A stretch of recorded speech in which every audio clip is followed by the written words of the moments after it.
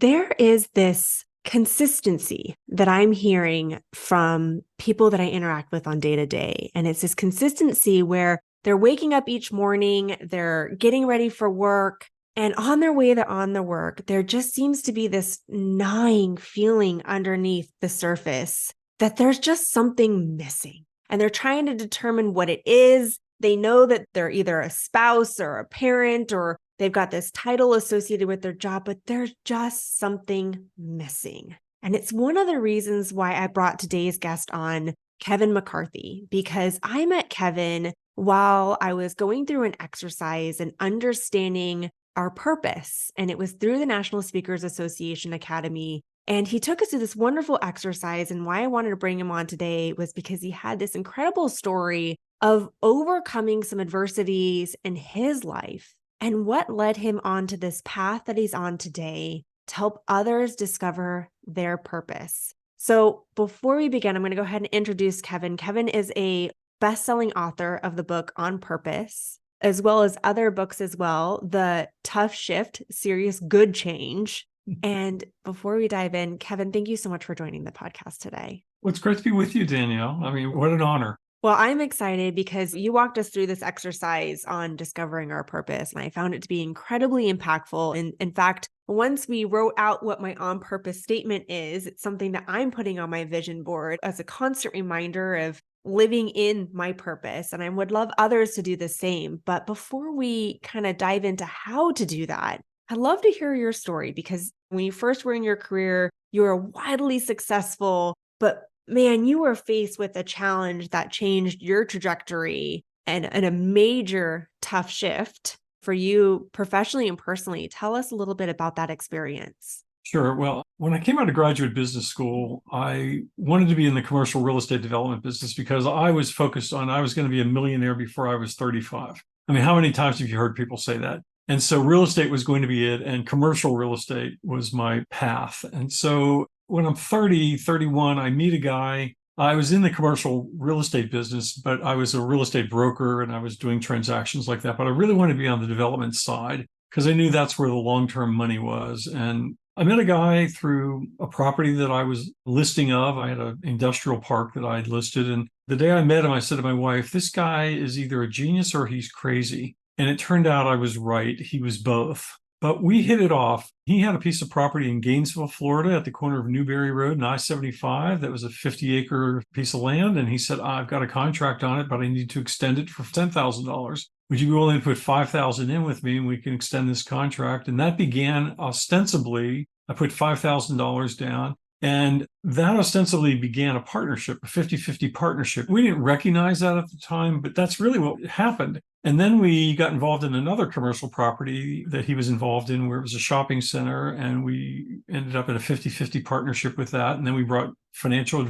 partners in. And then we had another project. And so this kind of partnership evolved rather fast. It'd be like meeting somebody and getting married right off the bat and within 30 days or something like that. And what I didn't recognize is we eventually had what today in today's dollars would be about $60 to $65 million worth of projects ongoing. We had built shopping centers. We had developed an industrial park, but we just had all these different projects going on. I began to discover his ethics were not good ethics. He began to do some things that ended up with us having 5 lawsuits, and a 6th lawsuit also emerged. I'd never had a lawsuit before. I haven't had one since. And then he started to drink. And as he started to drink, he became worse about his ethics. And suddenly I was just like 33 years old. I've got all this thing going on. And I have to turn to our financial investors and say, look, we have a problem. We had a major investor in particular. And I had to turn to him and say, we have a problem here. And his ethics are not right. He's drinking. What do you want to do? And because I was 15 years the junior, they said, well, he's the guy that knows what's going on. You're just the kid here. And they chose him. And at that point, I said, well, then if you're going to choose him, I'm going to get out because my reputation is so important to me. So I handed all my equity to my partners, my financial partners, and I walked away. It was a year and a half painful experience of managing through lawsuits, depositions, testifying against my own partnership. it just mediations, every penny I had, I wasn't making money. So not only did I walk away from a lot of equity, I walked away from an income and I walked into a whole bunch of expenses and my time being used for a year and a half. So I ended up basically technically bankrupt. I had a personal loan. This is 1986, 87, so it's a long time ago. So I had personally had a loan of about $40,000. Then my bank called in on me and said we need to be paid. I didn't have any money. I mean, it was just one of those things where all hell was breaking loose and I was in the middle of it. And I extracted myself from that business divorce and I started a new business doing commercial real estate consulting with mid-market companies. What I found in there is I then began to do more business strategy work. And then I began to do business planning. And so I sort of migrated. And in the course of doing this business planning and strategy work with my clients, I discovered that many of them didn't have business plans, nor did they have life plans. They just were kind of going through life. And I think that kind of brings us back to your audience in terms of what's going on, is they were just preoccupied with making money, having a job, and that was kind of the depth of their meaning. And so I then had an opportunity for a group that asked me to come and speak on strategic planning to a group of real estate brokers at their national convention in Florida. And I did that, but they handed me a 3-ring binder and said, here's the strategic planning process we use, which was like a Fortune 500 plan. And I said, I can do something better. And so that's whenever I really, again, this is like 1988. I'm looking at this and I'm saying there's something missing in business strategy. And I realized at the time it was purpose. And purpose is kind of that soulful piece, that spirit-led piece. Because if you look at sort of mind, body, spirit as describing the human experience, the work we do is kind of with our hands. That's the physical stuff. The thought processes we have is the mental stuff. But what's the spirit part? And the spirit part is your purpose. And so I began to really look at it and say, why don't we talk about that? And yet a lot of organizations talk about what used to be, there's a term called esprit de corps, which is esprit de corps is the spirit of the group.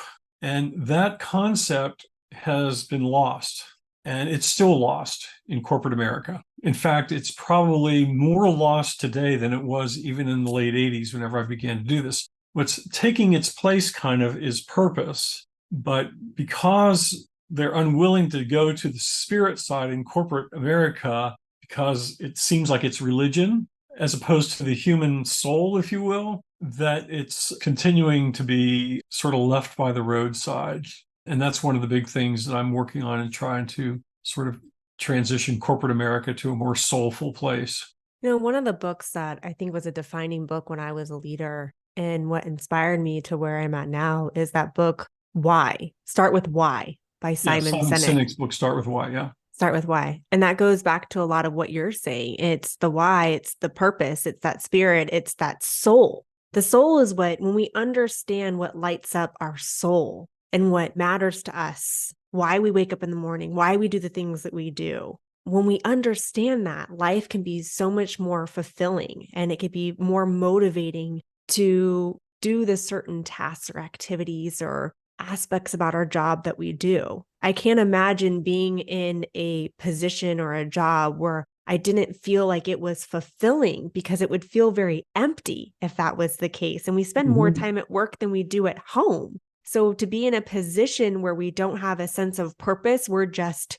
doing the task to do the task, would be unfulfilling, would be demotivating. It would be hard to feel valued. And I would imagine would lead to a lot of burnout as well. Yeah, it does lead to burnout, but I think burnout is sort of the extreme version of it. But I think what it really leaves us is more of a malaise. That's almost worse. Burnout, you're burned out. Malaise just means you're just kind of mired in mediocrity and you're not willing. It's not so bad as you want to make the change, and yet it's not so good that you're really enjoying it. So you're sort of stuck in this kind of uncomfortable comfort zone. And that's the worst place, I think, because burnout, you're going to do something about burnout. You just can't stay in burnout. Hopefully they do. Yeah. Yes. But Yeah. I hear what you're saying. A lot of times it's that mediocrity that we kind of stay in that same position. We're not necessarily happy with what we're doing, but we're not completely dissatisfied. And so we just stay. Yeah, it's interesting. I was visiting with a guy the other day who's probably about 38 years old, and he's an engineer and has a good job and married, three children and great wife. And I said, "Well, how do you enjoy your work?" And he goes, it's okay. I said, "Well, what would you be doing if you weren't doing that?" And he goes, "Oh," I mean, his whole countenance changed. And he said, "That's what I ask myself all the time. What would I do if I didn't do this?" It's just like this is okay. I'm good at it, but it just doesn't fulfill me. And but I don't have anything else. And it kind of goes back to your vision board. The relationship between purpose and vision is very specific, where purpose is, as you were saying, your why. And of course, my first book, The On-Purpose Person, was written in 1991, released in 92. So the On-Purpose Person is really talking about knowing your purpose, your heart. Your vision is what's in your mind's eye, where you're seeing your future or what you envision. And then your missions are what you do to make that's your hands and your feet to live it out. And then your values, which are going to guide you through these decisions, are in your throat and in your gut. So that when your heart, your head, and your hands are aligned within your values, now you are moving forward. So the big challenge that I found again was, and it took me about 30 years to develop the onpurpose.me tool that you're describing. I had to first understand what is purpose, then how is purpose structured? And it does answer this why question, but what is it really? How do we understand it? And the only way I can do it is I have just tons of analogies about it, kind of like I was talking about. It's your heart, it's close to your identity. I describe it as your spiritual DNA. We have a physical DNA. We all know that's unique and it doesn't change, but yet we change. So there's a spiritual DNA that is in us that doesn't change, yet we change. Our ideas change, our vision changes, even our values will change. So it's this idea of that's something missing. So how do you take that something that's missing and begin to have a process to find it? And so that's why I have this generic setup, which is I exist to serve by, and then there's two words. So I do 2-word purpose statements. It is a structure that I found that is the simplicity of it, the memorability of it, and frankly, the applicability of it. I mean, you want to share your 2-word purpose? Yeah, I serve by cultivating growth. Yeah. And so Danielle, when you look at cultivating growth, what does it mean to you? To me, it means to cultivate growth within myself, within others, to serve others, because I believe that the way that we are born is not fixed, that we can develop and grow over time into being the best versions of ourselves. And when we cultivate the growth, we build confidence, we connect better with other people, we are happier, we're more fulfilled. I've always believed that growth is such a valuable, it's one of my core values is growth. It's always learning and developing to be the best version. Yeah. And see, the thing that's fascinating about that is you covered what I call 2 of the 3 major areas. And the thing is, one of those areas is you are cultivating your own growth. 2 is you're cultivating growth in others. But at some level, again, with the spiritual nature of this is that if one can acknowledge that there's something bigger than self, in Alcoholics Anonymous, they would call it a higher power. In the church, they would call it God or Jesus or the Holy Spirit. In Buddha, Hindu, Muslims, they would have it as something bigger than themselves, God, Allah. So whatever one's perspective is, either there is God, something bigger, or there is not, which means then you're God. And so what I look at is I fall into the camp of there's something bigger than me. We'll just call that God for the sake of simplicity. So really, when you look at it and say, here's this intelligent design, if you will, or this God, what is the relationship you have in terms of how God is conspiring to cultivate growth in you? Oh, I believe that it's a big part of my life. Yeah. And so you can look back a lot of times Mhm. and say, wow, that was a growth experience. This was a growth experience. This was a not, this was this. And you can almost see like Adam Smith, the great economist who wrote The Wealth of Nations, talks about the invisible hand in economics. But there's also sort of like there's this invisible hand that's been sort of guiding you in your life through. And at times you work with that invisible hand, and other times you work against it. And so, in many ways, what we're attempting to do is understand these 2 words are most important about your relationship with the invisible hand or with God, if you will. And so, God's working to cultivate growth in you. Now, are you willing to receive that? Obviously, you are. You're aware of it. You're embracing that cultivating growth. And you're kind of saying, okay, God, cultivate growth in me. Now, the thing that's interesting about cultivating growth is if you know anything about farming, sometimes you have to deal with manure. Sometimes you have to dig deep. Sometimes the seeds have to die, and sometimes the plants have to die in order to produce more seed. So it's not necessarily all rosy and good and all of these sorts of things. It's nitty, it's gritty, to use your word. It's this grittiness of life that is there. But at the end of the day, you've got this cultivating growth that says it doesn't matter. This is the way that growth is being cultivated in me. And yes, I've got to walk through the crap. And yes, I've got to walk through the mud and the rain and the snow and all the things that are going on, although you're in Florida, so you don't get much snow. But you know what I'm saying? This is the kind of thinking that you're able to walk through and say, that is what's been missing. That is what sustains me and gives me the resilience and the grit to get through it. So when you and I were going through this exercise, I shared the story with you during the time because we were kind of talking about different keynotes that we were writing. And you had asked the question, why is cultivating growth? And I had shared that in 2020, 6 months had radically changed my life. The beginning of the year started, my husband's base got hit by 13 missiles in one night. Yeah, and I was at our national sales meeting. So I was trying to lead my team. I'm on the phone. I'm hearing missiles hit my husband's base. It was devastating. It was making national news. Gratefully, he came home. Right after he came home, my mom was in a coma. Then a couple months after that, my mom was taken by suicide. Then the pandemic hit a week later. And then I was in a toxic work environment and I left the company that I was with for 7 years. So within 6 months, my life had completely shifted. And when you're talking about being in the manure and talking about being in these part of life that is just, it was heart-wrenching. You talk about being just walking, not necessarily happy, not necessarily sad, just kind of mediocrity. That's where I was at before then. And then my life came crashing down. And I believe 100% with what you're saying when I look back at that moment and I say it was hard. There were times where I would be on the floor gasping for air and crying because I just felt like I couldn't believe what was going on in my life and I couldn't believe what was going on in the world. And at the same time, it was in that moment through that journey where my eyes were opened up wide and saying, what do you want in life? And why are you waking up every single day? And what do you want this next phase of your life to look like? What kind of wife do you want to be? What kind of mom do you want to be? What kind of leader do you want to be? And that's what started this journey of going into being a podcast host and going into writing a book. And eventually, it's funny, this past week, I celebrated the 1-year anniversary of me getting baptized on October 16th. I know this episode's probably going to air a few months out, but I got a tattoo to celebrate it. And it says rise up, because in those moments of tragedy and in those moments of hardships and trials and tribulations, we are called to rise up towards a greater purpose. And when you talk about being on purpose and it's to a higher power, that is the higher power. It's the greater calling and saying, I am living on purpose greater than myself, to serve others, to serve myself, and to serve him. And whatever that him, her is for you, it's that greater purpose. But that is what grit and resilience is. And that's what's living on purpose. And I remember going through that exercise with you. And it was such a pivotal moment where I said, oh, I get it. I get that exercise and what we walked through.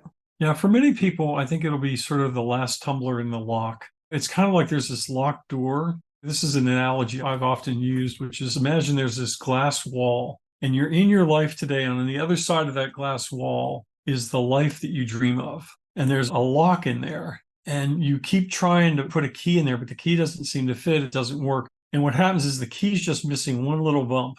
And that little bump is your 2-word purpose statement. And so all of a sudden you get a key that opens it up and you're able to walk into this life. Now, the thing that's really fascinating about this, because I've worked with thousands, maybe tens of thousands of people, how many of us will not walk across the threshold on the other side of that glass wall? It's almost like we have Stockholm syndrome, where we're held captive to our old beliefs, our old ways, our old patterns, and we're unwilling to move into that. And the reason that we're often unwilling to move into it is because we haven't got a vision board. Well, the relationship between your purpose and your vision. The other aspect of this too is passion is a word that people use. They often talk about there's something missing and it feels like passion. So we talked about the relationship between the heart, the head, the hands, and the feet, which is your vision is what you see in your mind's eye. Passion is another word that is there because at some level they're trying to say, how do I tap into passion? And most people will tend to think of passion as something that they're really emotional about, that they really, really care about.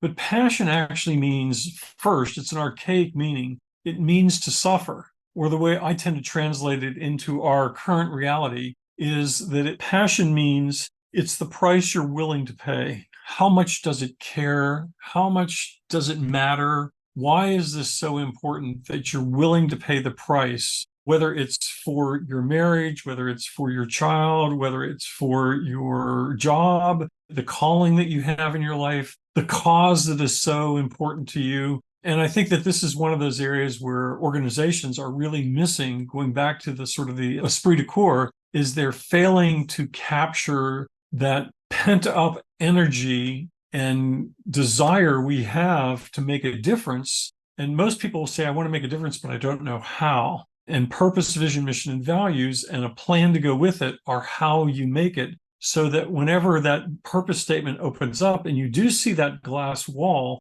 and you walk through and it's not unfamiliar, it is what you have been living into all along, as opposed to, I don't deserve that, or I'm unworthy of that, or I don't have the confidence to go there. It is seeing it, it is experiencing it, it is feeling it, it is understanding that this was made for you and to walk into that sort of a design. But if you don't have a design, then guess what? You're in the malaise. Yeah, there's so many people that I see out there that are in that malaise. They're just walking around. I was talking with somebody the other day where they were having a rift within the family. And all I kept hearing was, well, I'm working so much, and I'm so busy, and I've always got so much going on. And when you talk about, yes, that can be perceived as passion. They're very passionate about their job, their career that they have, but what is it at the expense of?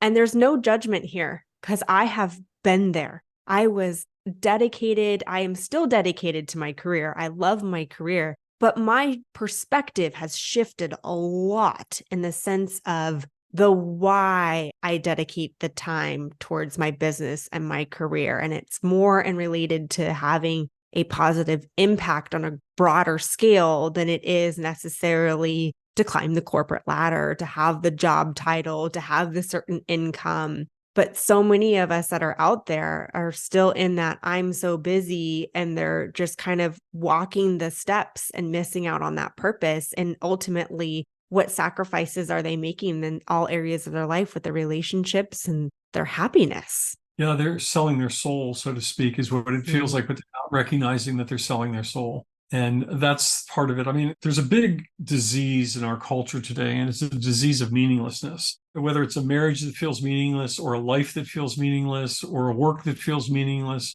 But basically, that's what purpose is attempting to vaccinate. That's sort of the new term, if you will. That is what it's attempting to vaccinate us against, is this meaninglessness. And often underneath that malaise is the absence of meaning and the absence of clear vision, the absence of knowing what to do. I mean, most people that probably come to you, if it's a career issue, are saying, what should I do? Absolutely. The first question they ask is, I want clarity. I don't know what to do. I'm lost, undervalued, unfulfilled. Right. And so what's going on is they're asking a do question, which is a mission question. And so whenever you ask a do question, but you don't have a vision and you don't have a why or a purpose for it, you're just chasing. It's almost like you're moving on the surface from one thing to the next. And whatever looks good, or whatever pays a little bit more money, or looks like a better environment, or all those sorts of things, as opposed to sitting there saying, wait a minute, who am I? Why am I here? Where do I want to go? How will I get there? And what is really important to me along the way? So I always tell people, before you have a career decision, you have a lifestyle decision. What is the life you're attempting to create? And if you understand the life you're wanting to create, then you can decide and design the career that you're looking for. Now, I realize that that's a luxury for some people. Some people are just trying to get by paying the bills. But I also want to say, if you're caught in that place where you're just paying the bills and maybe you're making not real good money, you may not feel like you have the luxury to do that. But in fact, all the more reason to get clear about what's going on, because otherwise you're going to move from sort of stuck to stuck to stuck to stuck. and never get out because you don't have anything to aspire towards that is meaningful for you. And so you'll just be a pawn in the pond of life, so to speak, as opposed to being able to be somebody who can really swim on their own and escape and live that life that you really feel called to. That's the thing that's missing. Oh, I'm so glad you mentioned that because a lot of times when people come on, they'll get on a call with me. And oftentimes, once people get on a call with me and they're at a point where they're in tears, they're so discouraged. They are frustrated. Either they've been looking for a job or they've been trying to get promoted within their organization. They're not getting promoted, or they're in sales or trying to achieve a particular sales ranking, but they're not getting it, or they're thinking about starting a business. But ultimately, no matter which position they're in, I always go back to why. When you achieve that particular goal, how do you want to feel? How do you want to show up in the world? Who do you want to be? What motivates you? But understanding the purpose beyond greater than just that job title. And when people are looking for jobs, a lot of times they say, well, what do you want your life to look like? Because a lot of times I'm working with medical sales professionals, and if you want to be home every single night to kiss your kids goodnight and to say good morning to them and be there and have flexibility in your schedule, then being in OR sales and being on call may not necessarily be the job for you. I just had this discussion with somebody else. But if they get the thrill of being part of life-saving emergency, like having an emergency come in and being part of the hands-on experience of putting bones back together, and that's what lights them up, and they are passionate about that, and they feel like they have a greater purpose of being part of saving someone's life, then that is the role for them. But without understanding that purpose, you're right. They're just going to go from stuck to stuck to stuck, or they're just going to be chasing a job title without truly understanding the type of life that they want for themselves. Yeah. And if they do have that calling to be out in that, they better have a spouse who Yeah. understands this is the reality for me. This is what makes my motor run. And if your husband said to you, sweetheart, this is what makes me absolutely joyful, would you deny him that? No, you would support Well, him. I have an interesting story here. When my husband and I first got engaged, before we got engaged, he said he wanted to join the military. And I was like, absolutely, I support you. And then he put a ring on. And all of a sudden, these visions of my life of going, wait a minute, I just bought a house. I was in my management position for my dream job. And I was going, now you're going to have me move every couple of years? No, I did not just work this hard to get to where I'm at. And I said, no, I love you and I want to marry you. But if you don't want to get married because I'm saying don't join the military, then I understand. That's my position and why I'm kind of taking things back. And he said, no, let's get married. But I eventually saw how miserable he was. He was chasing the dollar versus chasing what truly he felt called to do towards that higher power. And 8 months after we got married, he was 32 years old. He sold his business and joined the military. And you talk about somebody who's got a lifestyle where we had to have that difficult conversation. And I always joke around, I will never be first in our marriage. I'm third. First, it's God in our marriage. Second to that, it's the military, because ultimately the military decides where we go. And then it's me. But it's a discussion that we had openly and honestly before he joined. But yeah, Yeah. at first I was resistant to it. Yeah. And so, but the thing is, you love him enough that you're saying, I support you in being joyful. In much the same way, I would hope that if you said, I want to quit my job and I want to go pursue my own independent thing, which you've done, that he would look at it and say, Danielle, I love you dearly. I will support you in that. You know, And that he did. it's these negotiations, and that's what they are. They're negotiations. Let's make no bones about it. And it's working through that, but it's the old iron sharpening iron as one person sharpens another. And through this, you're able to help him be where he is joyful. He's able to help you be where you're joyful. And that is really the blessing of a marriage, is when you're able to be in a position where you are mutually supportive of one another and you've worked out, you know that your husband can be called away at any moment. I mean, he could be on his way over to Israel in a month. And you're like, oh my gosh, you know, that's the reality that I live with. It's like being married to a cop in a way. And so this is where you recognize these are the realities I have to live with. And I choose to live in that because I care so much for him. And he says the same thing about you. Yes. And he does. I remember the day when I looked at him and I said, I think I'm going to leave corporate. I think I'm going to start this business. And he said, I support you. He said specifically, this is your time. He says, you've supported me the past 6 years as he was building his career in the military. And he said, this is your time. Although he supported me when I was in my career too. But yeah, it is kind of those negotiations back and forth. And I found in marriage that sometimes one career may take a little bit more of a headway than the other, but you go back and forth and you support each other. So for our listeners out there, what is some advice that you would share with them today on helping them discover their purpose? Well, of course, I've got the tool. The onpurpose.me tool is out there. It takes just a few minutes to do it. And it is really my gift that I try to give to the world in many ways. I mean, there's a nominal charge for it, but it comes with a course that they can take. And then in addition to that, anytime they can jump on, once a month, I have a live video conference where anybody can jump on and ask questions of me about clarifying their purpose, or how do I understand this, or how do I apply it. So there's these mini coaching sessions that occur, and I really encourage people to take advantage of that. And it's surprising, we've had over 10,000 people use the tool, but when we do our monthly event, we may only have 5, 6, 7 people that show up. So they're going to get, it's not like you're showing up with 100 people on a call. You're going to get individual help if you want individual help, at least at this point. And for me, that's really a joy, because I love working with people on their purpose statements and understanding it, and understanding even the framework of it, as well as the concepts that are behind it. When you've got 30 plus years of focusing on purpose, yeah, I've learned a lot. I've learned a lot. I've forgotten more than most people know about it.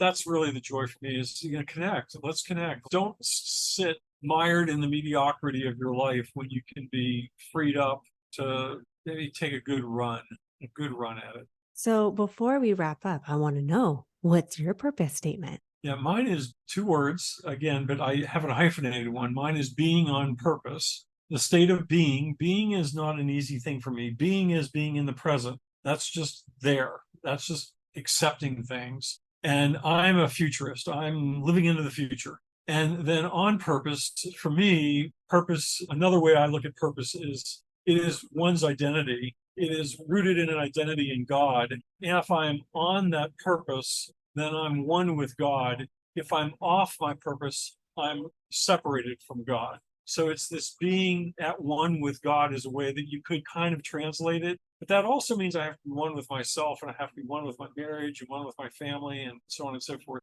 So I do it very imperfectly, but I'm always working to get better. We're not perfect, right? And so that's part of every day we're working and striving to be the best version of ourselves and to be on purpose. And it's always evolving. Mm-hmm. And we can't know everything. That's part of it, is we can't No. know everything.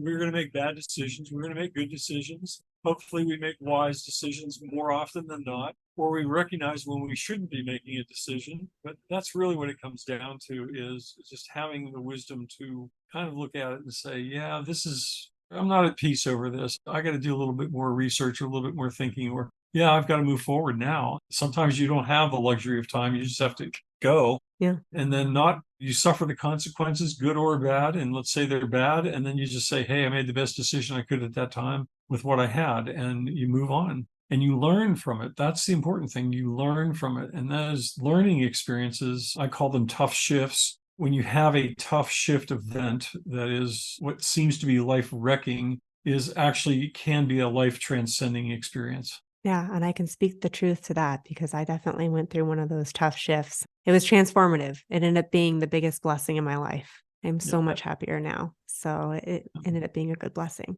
Yeah. And it'll be different. I mean, that's the real thing, is, are you prepared to, at some level, not let go of your vision board, but allow the vision board to shift? Mm-hmm.